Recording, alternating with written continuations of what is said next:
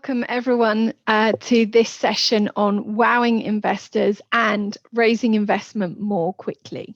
So I'm Julie Barber, CEO of Spark Consulting, and I'm here to hopefully share some useful knowledge with you today that will help you in your aims to get some cash for your company. So when it comes to wowing investors, what are we going to talk about? We're going to talk about 4 key areas that build up to creating an overall wow from an investor's perspective. So we're going to talk about criteria, expectations, concerns, and connection. Wowing investors is simple, but hard work. Investors aren't mythical gods. They are human beings, and they are swamped human beings with requests for funding coming at them from every direction. So if you can meet all of these layers that help connect with them better, then you make their lives much easier, and you make it much easier for them to then decide to invest in you. So let's get on and see what all these 4 layers are actually about. So first of all, criteria. Investors are incredibly specific about what they invest in, whether they're angel investors or VCs. If you look at someone like Chris Adelsbach, who's been Angel Investor of the Year, he invests personally and also through Techstars, but he has a very, very specific portfolio remit. He only invests in fintech, and he only invests in very early stage companies at pre-seed, seed stage.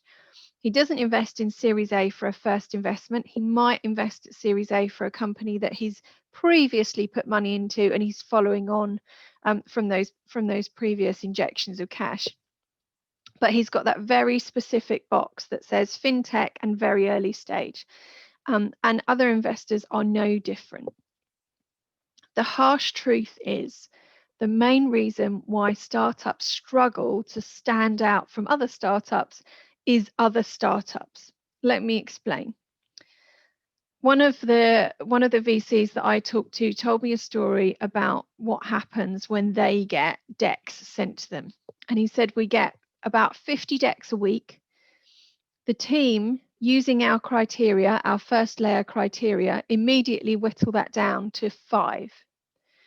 I might then look at those 5 and decide that 3 are worth having a conversation with.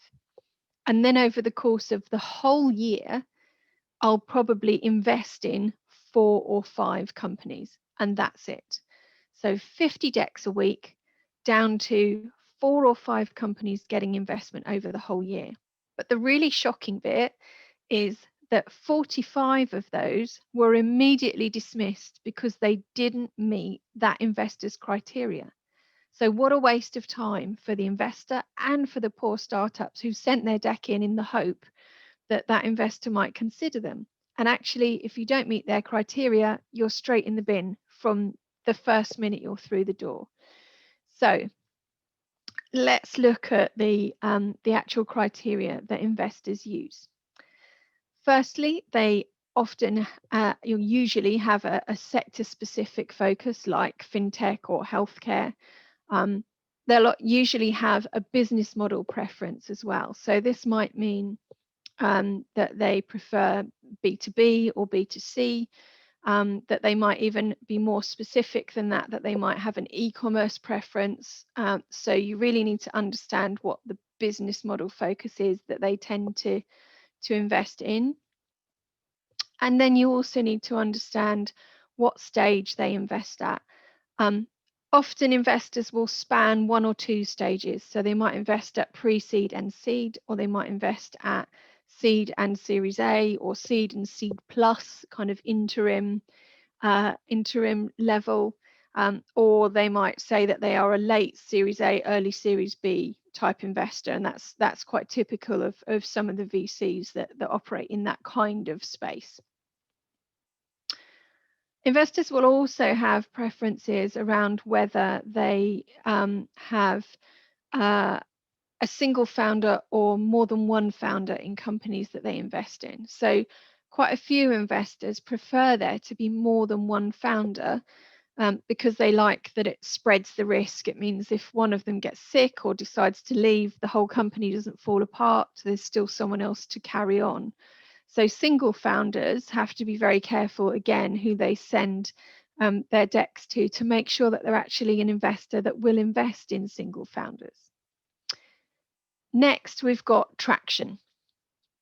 Again, investors are super specific about what kind of traction they need before, or need evidence of, before they're willing to invest. Some are really happy to get in right at the start when it's just an idea and absolutely nothing's happened yet. Others will expect you to have at least built up social proof via, sign-ups or signing up to email lists that say that they're interested and they want to use your product, or they might expect revenue, or they might even expect profit. Less so these days, but at least revenue. So again, you need to know what their criteria is in terms of traction and what they're going to do about it. Finally, the last category here is skin in the game.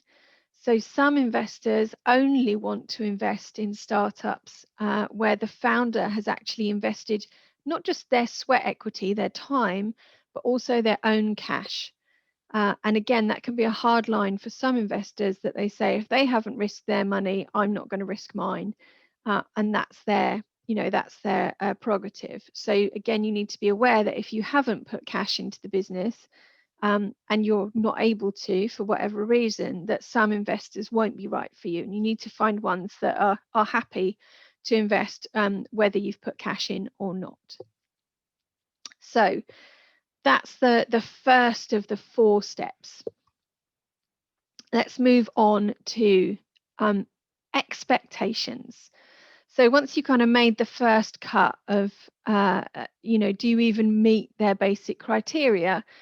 The next layer is, are you going to create credibility with the investor by making sure that your deck's not too long, and by making sure that all the standard content that they want to see is in there? So we see lots of examples of hugely long decks. This week's favorite was 43 slides long. Typically investors are looking for kind of 10 to 15 pages, 10 to 15 slides. 43 is just far too much, and you kind of lose the will to live by the time you're halfway through. So making sure that it's short and concise, demonstrates your ability to sum up your business and to pitch it, whether in materials or if you're using the deck to pitch verbally to somebody. Likewise, making sure that all that standard content is in there, it is also super important. We've seen decks with no market sizing in them. We see decks with no revenue projections in them, because the founders are so in love with the product that they've created that they've kind of missed the point that it's all about revenue. And we see plenty of decks that don't even consider how investors might get their money back, i.e. what kind of exit might you be aiming for. Now, if you're a very early stage company, then you might, it might be impossible to say we're going to exit in 5 years for this amount of money. But you can research your market, understand the M&A type activity that goes on in your market, and make a good set of assumptions around perhaps if a trade sale might be a good exit, and it might be these types of companies that might be interested in acquiring you in a few years' time. So at least that tells the investor that you haven't forgotten that they need to get their money back, and they need to make some money on top at some point. Otherwise, it can look like you're expecting donations into your company, which is not what they're there for. Okay, so by meeting these expectations, you start to really build trust with the investor. So you've approached them in a way that you meet their criteria, and now you've met their expectations for how you're presenting to them. So that's another tick in the box. So now we go on to trying to hit the 3rd tick. So once you get past those 2 basic steps, your next step is to get through the investor's internal checklist of all the things that they worry about when they review someone's pitch. And these are the 5 steps that we use with our clients when we're helping them.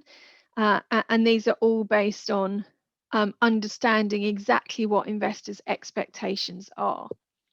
So when an investor is looking at your company, at your product, at the overall package, they want to know what the vision is for the future, because they want to know what kind of journey you're planning on going on and whether that's a journey they'd like to join you on or not.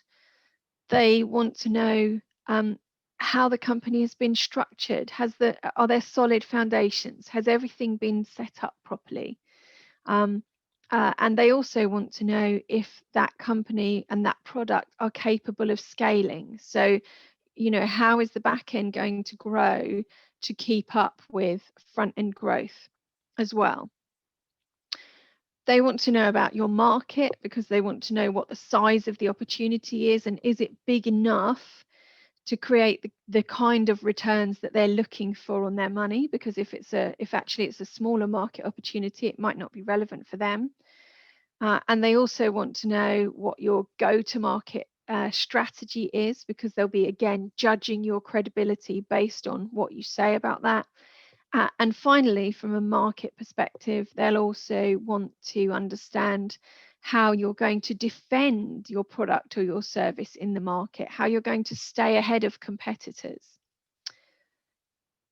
The 4th point that they are going to measure you with and assess you against is your numbers. And that doesn't just mean your financials.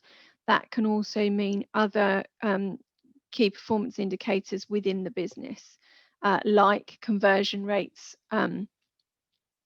which are very important at the moment for so many people that have freemium apps and those kinds of things. They will use your numbers, your financials that you've put in, to judge and to cross-check against everything else that you've said. So if you've said your vision is this big, do your financials have enough money built into them to achieve a vision that's that big? If you've said that you're going to scale in this way, do your financials have a credible amount of cash in them to achieve that scaling or not? And you can continue on, into market. If your go-to-market strategy is massive social media advertising, have you actually budgeted enough money in your financials to account for that? So quite often we might see raise amounts that are far too low for what the company is expecting to achieve with the money. We also see raise breakdowns where founders are planning to spend 70% of the money on developing the product, and about 10% on staff, and maybe 20% on some marketing expenditure. And actually, quite often that's the wrong way round, and they need to, the first priority is to make revenue, and then you can iterate and improve the product as you go. So investors are looking at the balance of the raise amount that you're creating as well. And then finally, the last thing that they're going to look at is pitch. So whether that is materials or whether that is in person, they're going to look at the whole thing. So this is your deck, this is your verbal pitch. How does it all come across? And how are you, how does that make them feel as an investor? Does it overall bring a sense of confidence and capability that means that they are really keen to get involved in what you're doing? Okay, so we've done 3 of the areas in which you can wow investors, and now we're on to the 4th, which is connection.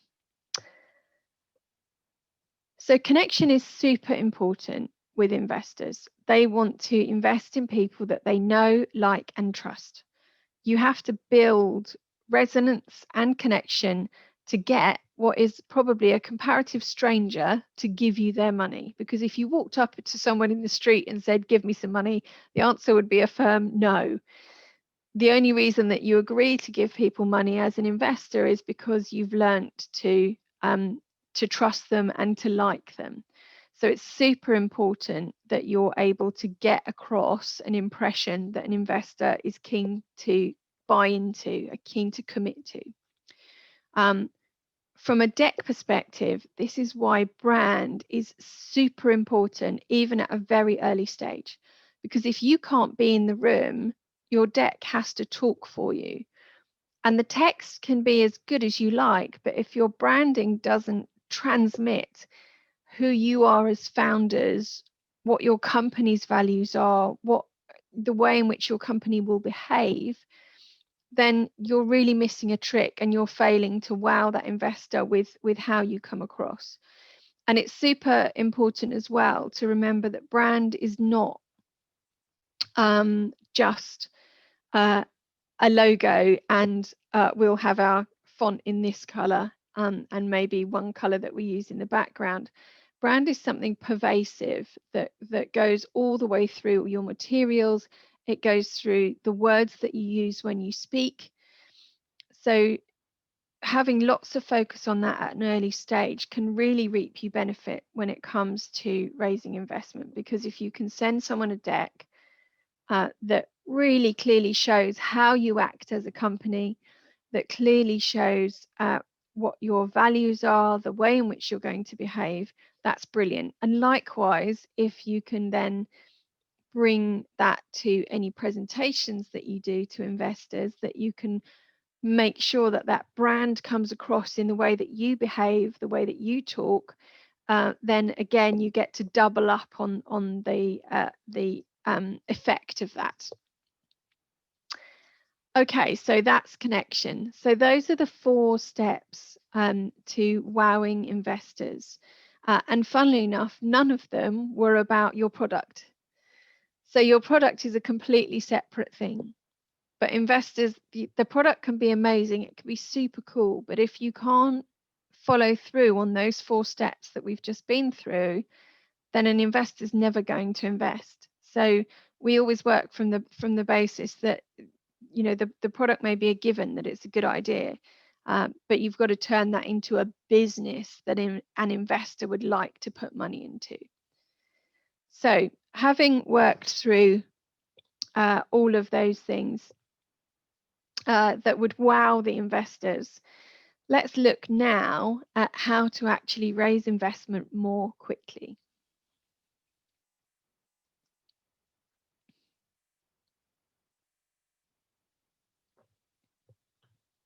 So as it says in giant letters on the right-hand side of the slide, it is key that you don't waste your time when you are trying to raise investment. It takes so much work anyway, that making sure that you do it in the most efficient way possible is super important. So 4 steps that we're going to go through around raising investment more quickly. The first is making sure that you do your research and that allows you to then target only 10 to 20 investors that absolutely match the profile that you put together. So you work out what their investment criteria are, you make sure that you would fit those criteria to a T, and also you do your research and make sure that they are the kind of investors that you would like to work with. And then you approach that 10 to 20 rather than taking a scattergun approach and potentially targeting, you know, 100 or 200 investors, which I've heard of far too many times.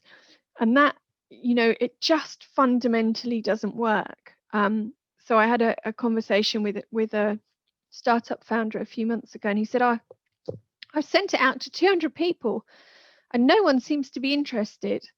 Well, that's because 98% of those people didn't match their investment criteria, so they immediately dismissed you. And then the 2% that you did match the investment criteria for, you probably didn't tailor what you said enough to flag that you matched their investment criteria, so they dismissed you too. So that's 200 lots of effort gone. So it's super important to really dig in and get that research done early on.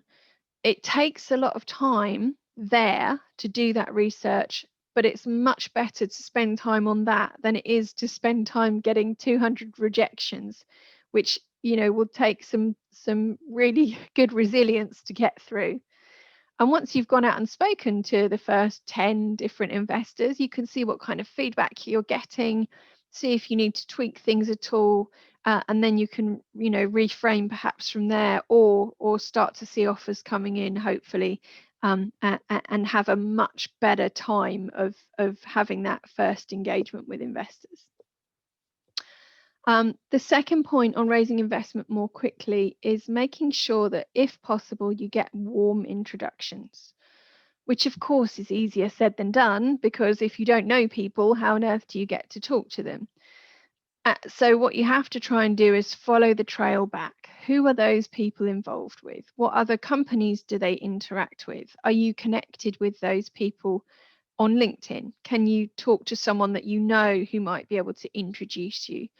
Or you can do some research in who those investors have put cash into previously and go and talk to the founders of those startups. Ask them how they got in front of that investor. Tell them about your idea. And hopefully they might be kind enough to then introduce you to the investor themselves, which means that that investor has then had someone that they know, like, and trust, that they've already invested in, saying, I think you should talk to these guys. They look really good. So that's a brilliant way to get an introduction. Relationships. It's very, very important to think about relationships with investors. It's not a one-off transaction. They don't just give you money and disappear. Your relationship with an investor is likely to last longer than some people's marriages. So you really have to work at it from the very first day. And that means that you potentially go and see investors 6, 9, 12 months before you think you'll be ready for that investor, but you start building a relationship with them. Can I come and talk to you about my company? I'd love to get some feedback. Tell them what you're doing, tell them what your targets are for the next 2 or 3 months, and then say, thank you for the feedback, go away, and then get them to then send them an update every 1 or 2 months on your progress. Show them that you're able to deliver against targets. Maybe pop back for an update face to face or via Zoom in another quarter, so that you really get them invested in you as a company. They know what you're doing, they know where your successes are, where your struggles are. And by the time you come back to them and say, oh, we're ready to raise investment now, you'll know exactly what their expectations are, so you can tick all the boxes and wow them. And they will be super familiar with your company, and will hopefully like you as a founder and really want to invest straight away. So that really can smooth your path by building that relationship and putting the work in up front. The last step in raising investment more quickly is all about your preparation. So, you put together a great pitch deck, you get out there and talk to some investors, and they're really excited and interested, and then they say, okay, great, can you send me your detailed business plan? Well, I've got to write that yet. That's not the answer that you want to give. You need to make sure that your business plan is absolutely ready and that it's completely consistent with your pitch deck. And you need to make sure that you've got an electronic data room set up with all the information in it that an investor might expect, so that they can go through the due diligence process. Because if they look at your business plan, you've got that bit good.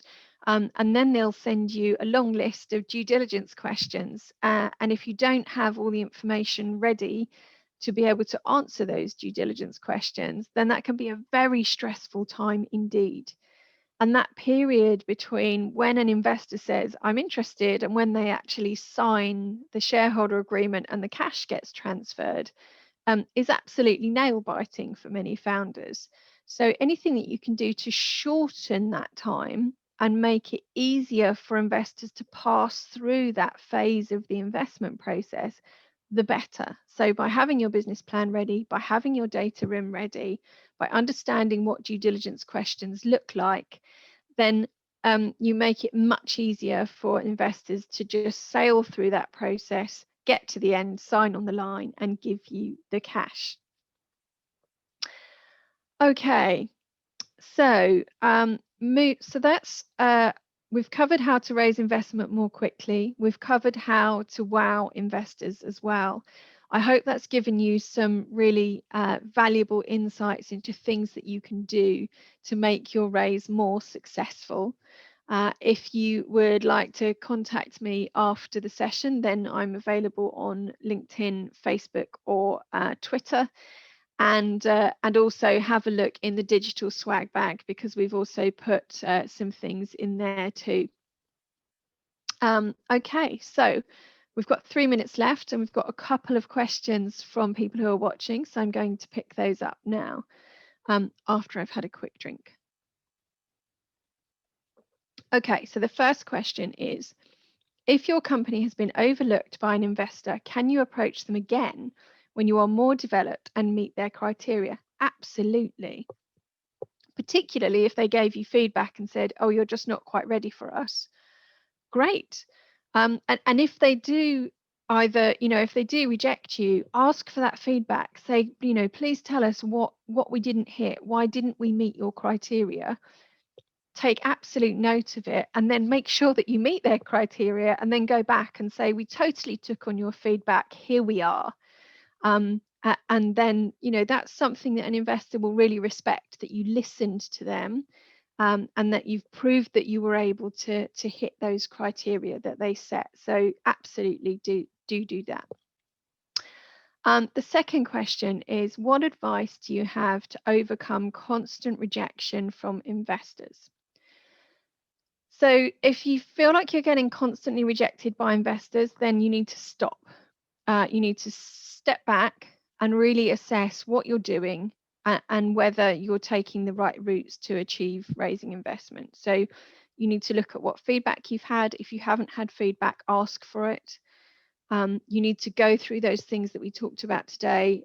Are you doing all those things to wow investors? Are you doing all those things to make sure that you're doing your research up front and you're actually approaching the right people?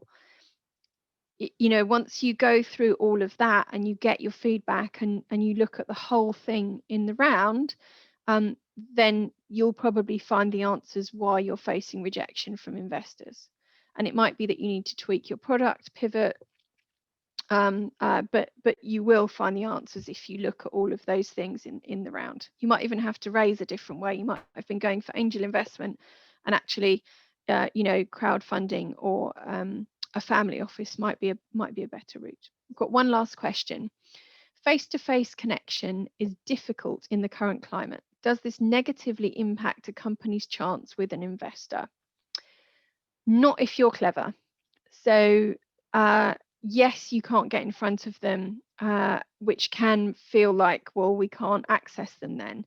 But that doesn't mean that you can't find out what their postal address is and send them something. And being able to present your company really well via Zoom is a great skill and something that they will admire, that you've adapted to that and you can present in that way. So it definitely doesn't negatively impact a company's chance. It just gives you opportunities to be more creative about how you engage with them. So we are officially out of time.